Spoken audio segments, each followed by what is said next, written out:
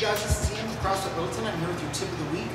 This time I wanted to show you guys a series of mobility drills that are useful prior to going overhead in a workout.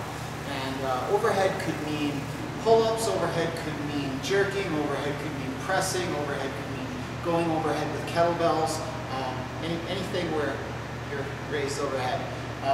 The first one is really simple, and a lot of people are familiar with this. Just taking a wide grip on the pipe, we call these pass-throughs, wide enough so that you can isolate the shoulder and not bend at the elbow, and I'll touch, touch, touch, touch in a series of those. The next one here, sometimes we call it around the world, and around the world is really the same grip, same concept, but I'll come this way, around my body, pass back around the front, reverse, behind, pass back around the front, reverse, behind, pass back around the front. Aside from mobilizing the shoulders, I notice I certainly have problems myself, and we notice other clients have problems. They're basically limited in the upper thoracic or in the top of their back. Restrictions up there prevent them from getting in good overhead positions. And by good overhead positions, I mean a lot of times the bar is forward of that midline. This is where we're trying to arrange the load when we go overhead. So not only mobilizing the shoulders, but sometimes mobilizing the upper thoracic spine can help prior to going overhead as well.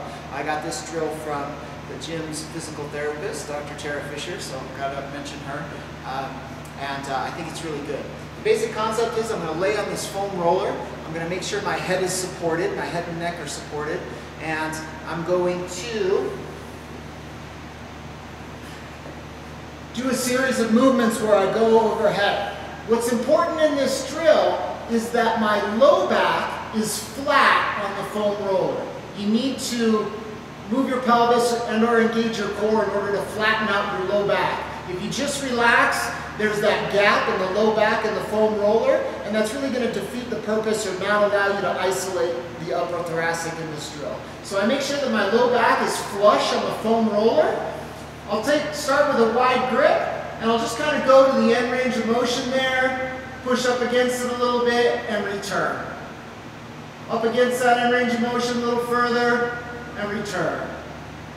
Up against it a little further, push, and return. I can do sets that way. I can sort of go progressively narrower, approaching the overhead position that I would have for whatever movement I'm going to do. And I can do that in sets or increments, hoping to get that upper thoracic to open up a little bit, and ultimately achieve a better overhead position. So just a few drills that you guys can do to mobilize the shoulders, work on the upper spine before you go overhead in a workout or for your strength training or however. That's it guys, hope that helps. Take care.